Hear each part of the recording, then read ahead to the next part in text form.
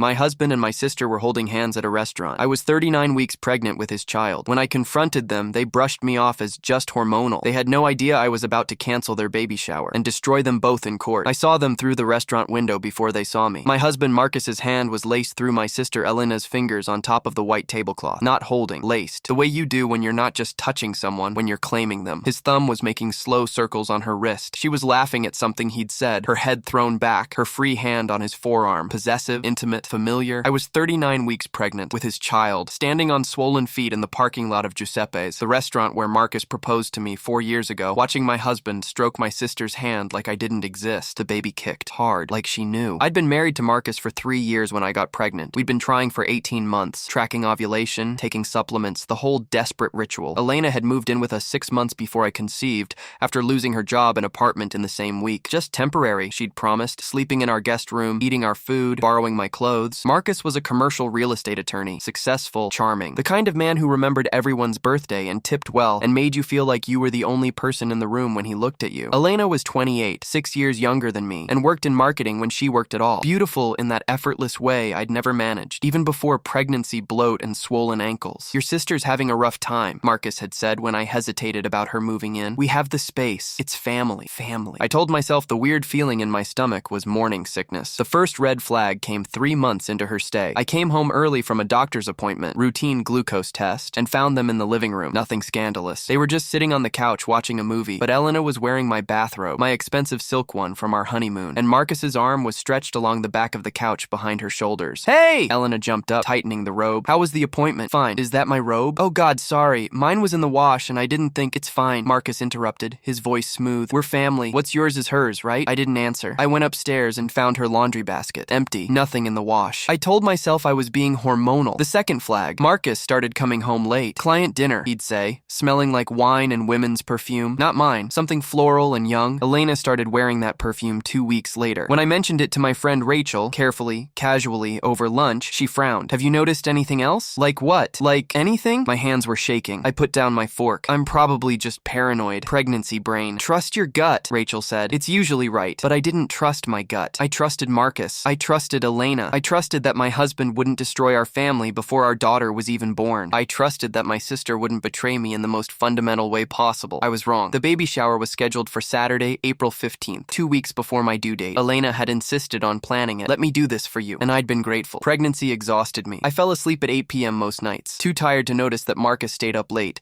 his phone always face down on the table, his fingers flying across the keyboard. Too tired to notice that Elena started blow-drying her hair every morning, even though she was unemployed and depressed. Too tired to notice that they both volunteered to run errands together, get groceries together, pick up the crib together from the store. Together, until that Tuesday, April 11th, 4 days before the shower. Elena had texted me, running errands, be back around 6. Marcus had texted, client meeting, home by 7. I'd been feeling weird all day. Braxton Hicks contractions, my doctor had called them when I phoned the office. False labor, totally normal at 39 weeks, so I'd taken the afternoon off from my job as a data analyst, planning to rest before the shower chaos. I decided to surprise Marcus with dinner at his favorite restaurant, Giuseppe's, our place. I parked at 6:47 p.m. I saw them at 6:48 p.m. through the window, table by the fireplace. The one Marcus said was our table, holding hands. My first thought was, I'm hallucinating. My second thought was, I'm going to throw up. I stood there, frozen, one hand on my belly, watching my sister lean across the table to kiss my husband on the mouth. Not a peck, a kiss, slow, deliberate, practiced. The baby kicked again, harder. I walked inside. The hostess recognized me. Mrs. Chen, your usual... Oh, her face changed. I didn't know you were joining them tonight. Neither did they, I said. I walked through the restaurant like I was underwater, everything muffled, distorted, my vision tunneling on their table. They didn't notice me until I was standing right there. Hey, babe? Marcus's face didn't even flicker. He dropped Elena's hand casually, like it meant nothing. What are you doing here? Elena's eyes went wide, guilty, but her voice was bright. Oh my God, you're supposed to be resting. You're supposed to be running errands, I said. My voice sounded strange, flat. You texted me 2 hours ago. I did run errands. She lifted her shopping bag from the floor. See? Baby shower supplies. And you? I turned to Marcus. Client meeting? Finished early. He smiled. That same warm smile that had made me fall in love with him. Ran into Elena here. Figured we'd grab dinner and go over the shower plans. Surprise you with how organized we are. It was such a smooth lie. So practiced, like they'd rehearsed it. Holding hands? My voice cracked. You plan parties by holding hands? Marcus laughed. Actually laughed. Sweetheart, you're being... Don't. I held up my hand. Don't you dare say hormonal. I was going to say stressed. His smile didn't waver. The baby's coming soon. You're exhausted. You're seeing things that aren't there. Elena reached for my arm. Ava, I love you. Marcus loves you. We're family. You really think we'd... I jerked away. I saw saw you kiss him. Silence. That was... Elena looked at Marcus. That was a friendly kiss. On the cheek. It was on the mouth. The angle probably looked weird from outside, Marcus said calmly. Babe, sit down. You shouldn't be standing this long. 2 other diners were watching now. The hostess was hovering nearby, uncertain. I felt my face burn. My belly tightened. Another contraction. This one painful enough to make me gasp. Are you okay? Elena stood up, her hand on my back. Do we need to go to the hospital? I couldn't breathe. The restaurant was spinning. I need to go. I stumbled toward the door. Marcus caught up to me in the parking lot. Ava, please. You're upset over nothing. Let me drive you home. Get away from me. You're 39 weeks pregnant and having contractions. I'm not letting you drive. He grabbed my car keys from my hand. I was too tired to fight him. He drove me home in my car. Elena followed in his. They both came inside. I'm calling Rachel, I said, pulling out my phone. To tell her what? Marcus's voice was harder now, less patient. That you had a paranoid meltdown because your pregnant sister-in-law and your husband had dinner together? Sister? I corrected. Not sister-in-law. My sister. Exactly. He sat down next to me on the couch. Elena sat on my other side, trapping me. We're family. Do you really think Elena would betray you like that? Her own sister? Elena was crying now. Ava, I've been living here for 6 months. If something was going on, don't you think you would have noticed? That was the thing. I had noticed. The perfume, the late nights, the way they looked at each other when they thought I wasn't watching, the inside jokes I didn't understand, the way Marcus's hand lingered on her shoulder when he walked past her, the way she laughed at his jokes, the ones that weren't funny. But every time I'd noticed, I'd convinced myself I was wrong, because the alternative was too horrible to believe. I want you out, I said to Elena. Tonight. Marcus stood up. Absolutely not. You're not kicking your sister onto the street because you're having pregnancy anxiety. This is my house too. Actually, Marcus said, and his voice went cold. It's my house. My name on the mortgage. My down payment. You moved in after we got married. He'd never said it like that before. Never used his money as a weapon. Elena touched my arm. I'll go stay at a hotel for a few days. Give you space. But Ava, I love you. I would never hurt you. She left. Marcus went upstairs without another word. I sat on the couch, alone, my hands on my belly, feeling the baby move. And I knew I wasn't crazy. I knew they were lying. I just had to prove it. I called Rachel at 11 p.m. I need your help, I said when she answered. And I need you to not think I'm insane. What happened? I told her everything. The restaurant, the hand-holding, the kiss, their lies. Jesus Christ, Rachel breathed. What did Marcus say? That I'm hormonal. Ava, listen to me. Rachel's voice turned hard. My cousin went through something similar. Her husband and her best friend. They gaslit her for months before she found proof. You need evidence. Real evidence. Before he can cover his tracks. Like what? Phone records, bank statements, texts, emails. Does he have any devices lying around? He keeps his phone locked, password protected. His laptop? I thought about it. Marcus had a personal laptop he used for emails and web browsing. He usually left it in his home office. Maybe, I said. But won't that be, like, illegal? It's your house. You're married. Anything you find is fair game in a divorce. Rachel paused. You're thinking divorce. I don't know what I'm thinking. Yes, you do. She was right. I waited until Marcus fell asleep. Then I crept into his home office. The laptop was there, closed, charging on his desk. I opened it carefully. The screen lit up. No password on the computer itself, just his phone. I opened his email. Gmail was already logged in. My hands were shaking so hard I could barely type. I searched. Elena. 347 results. The first email was from 2 days ago. Subject, Saturday. Marcus. Can't wait to see you in that dress. You're going to look incredible. Elena. You're the one who should be worried. Ava's going to wonder why I'm so dressed up for her baby shower. Marcus. She'll be too busy with guests to notice. Besides, we've gotten away with it this long. Elena. I still feel guilty sometimes. Marcus. Don't. We fell in love. It happens. She'll understand eventually. Elena. Will she? When? Marcus. After the baby's born. We'll sit her down together. Tell her we want to be a family. The 3 of us. She'll adjust. Elena. And if she doesn't? Marcus. Then I'll file for divorce and we'll get custody. You're living with us. You've been helping raise this baby since before she was born. Any judge will see you're just as much a parent. I stopped reading. My vision grayed at the edges. Custody. They wanted to take my baby. I spent the next 4 hours forwarding every email to my personal account. 347 messages documenting a 6-month affair. Plans to transition me out of my own family. Discussions about baby names. They discussed names for my child. Intimate details I couldn't let myself think about or I'd vomit. At 4:17 a.m., I closed the laptop. At 4:18 a.m., I Googled family law attorney Chicago emergency. At 4:23 a.m., I left a voicemail with the law offices of Patricia Nguyen, whose website promised aggressive representation in high-conflict custody cases. At 4:30 a.m., Marcus stirred upstairs. I went to the bathroom and locked the door and threw up until there was nothing left. Patricia Nguyen called me back at 9:00 a.m. This is Patricia. I got your voicemail. You said your husband and your sister are having an affair and planning to seek custody of your unborn child? Yes. I was in my car in the parking lot of a Starbucks 3 miles from my house. I'd left while Marcus was in the shower. I have proof. Emails. Hundreds of them. Can you come in today? I have an opening at 11. I'll be there. Patricia Nguyen's office was in a downtown high-rise. She was mid-40s, sharply dressed, with the kind of controlled intensity that made me feel simultaneously comforted and terrified. Show me what you have, she said after brief introductions. I showed her my phone, the forwarded emails. She read them in silence, her expression never changing. Finally, she looked up. How far along are you? 39 weeks. Due in 9 days. And the baby shower shower is Saturday? Yes, but I'm canceling it. No, Patricia said. Don't cancel it. Let them think everything's normal. We need time to build your case. My case? Mrs. Chen, your husband is a real estate attorney. He understands how the legal system works. The emails are good, but they're not enough. He'll claim they were taken out of context, that you violated his privacy, that you're unstable. She folded her hands on the desk. We need more. Phone records showing call frequency, bank statements showing joint purchases, hotels, dinners, gifts, testimony from witnesses who saw them together. The hostess at the restaurant. She saw us. She knew something was wrong. Patricia made a note. Good. Anyone else? My friend Rachel. I've been confiding in her. Also good, but she's biased. We need neutral third parties, neighbors, colleagues, people who can testify that your husband and your sister had an inappropriate relationship before you confronted them. My chest tightened. This is going to take time. Yes, I don't have time. The baby's coming now. Patricia leaned forward. Mrs. Chen, Ava, I understand this is urgent, but if you want to protect your parental rights, you need to do this right. Your husband has resources. He'll hire an expensive attorney. He'll paint you as paranoid, unstable, maybe even unfit. We need to be strategic. What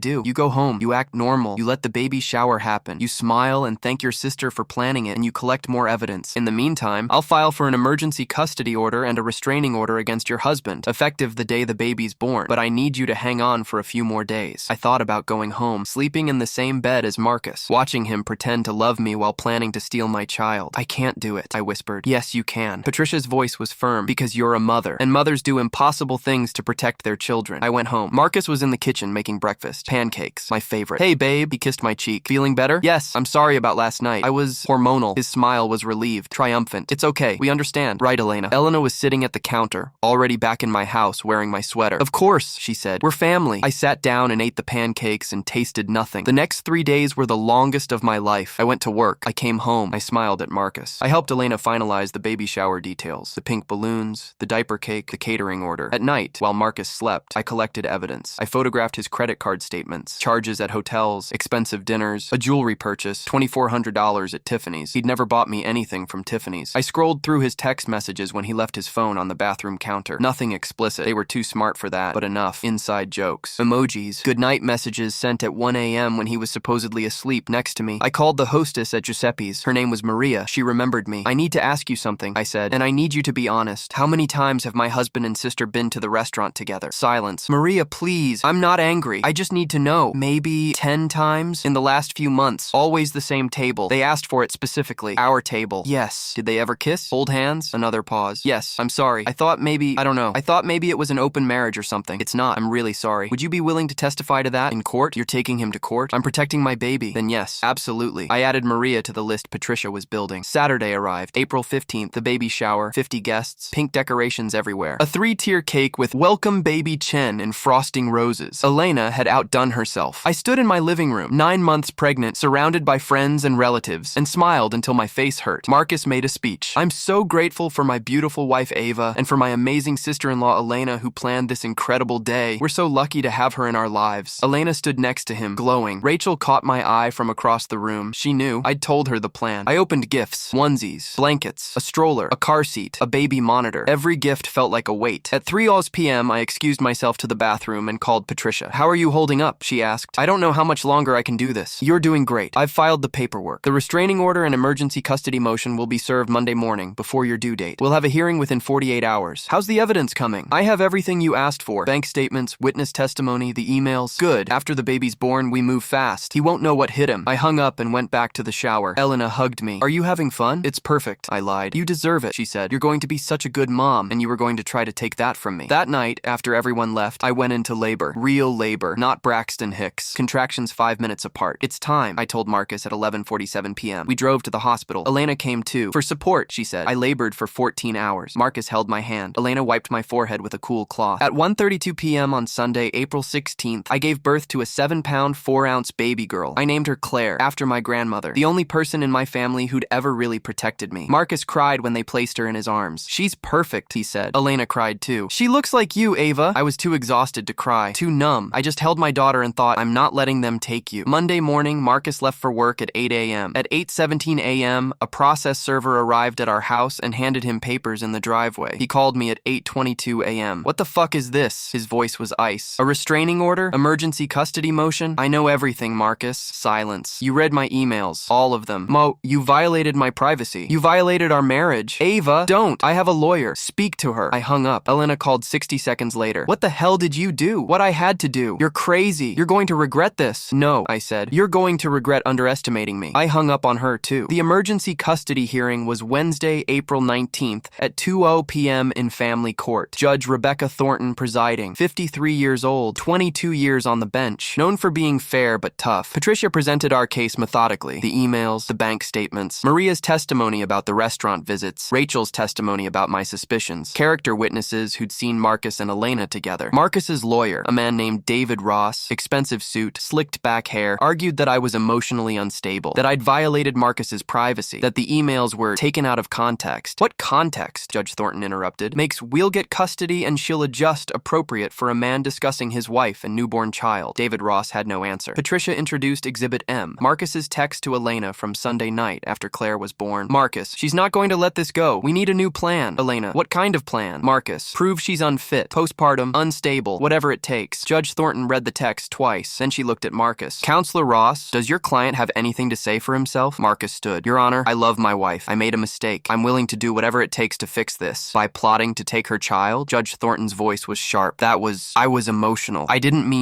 mean to document your affair and your plan to seek custody in writing across hundreds of emails and texts? Mr. Chen, I've been doing this for 2 decades. I've seen a lot of things. But this level of calculated betrayal is... She stopped herself. The restraining order is granted. Full custody to Mrs. Chen. Supervised visitation only, pending psychological evaluation and completion of a co-parenting course. Marcus's face went white. Furthermore, Judge Thornton continued, I'm ordering an investigation into whether fraud was committed in the planning of the baby shower. If Mrs. Chen's sister knowingly accepted gifts and funds under false pretenses while conducting an affair with the father, that may constitute deception. Elena gasped from the gallery. Court adjourned. Marcus moved out that weekend. Into Elena's hotel room, I later learned. They broke up 3 weeks later. Turns out their love wasn't strong enough to survive public humiliation and legal consequences. Marcus's firm put him on leave, pending an ethics review. Cheating with your wife's sister while plotting to steal her baby apparently violates professional conduct standards. Who knew? Elena lost her marketing job offer, the one she'd finally gotten, when her would-be employer Googled her name and found articles about the case. Small-town papers love a good scandal. I filed for divorce, settled out of court. Marcus kept the house. I didn't want to live there anymore anyway. I got full physical custody, child support, and half the marital assets. Claire is 6 months old now. She has Marcus's eyes and my grandmother's name and my stubborn chin. Marcus sees her twice a month, supervised visits at a family center. He brings expensive toys and tries to make her smile. Sometimes it works. Elena sent me a letter last month, handwritten. 3 pages of apologies and excuses, and I don't know what I was thinking. I didn't read past the first paragraph. Rachel asks me sometimes if I regret it. The investigation, the court case, the public exposure. I don't, because they were planning to take my daughter. They were planning to make me the outsider in my own family, the unstable one, the paranoid one. They called me hormonal. They had no idea what a mother's rage could do. If you made it this far, you're probably wondering if I ever speak to Elena. No, some betrayals are unforgivable. Some bridges burn so completely that there's nothing left but ash. Marcus tried to apologize once during a custody exchange. I was selfish, he said. I'm sorry. I looked at him holding our daughter, the child he wanted to steal from me, and said, you're sorry you got caught. He didn't argue, because he knew I was right. They thought pregnancy made me weak, emotional, easy to manipulate. They forgot that pregnancy makes you a mother, and mothers protect their children, no matter what it costs.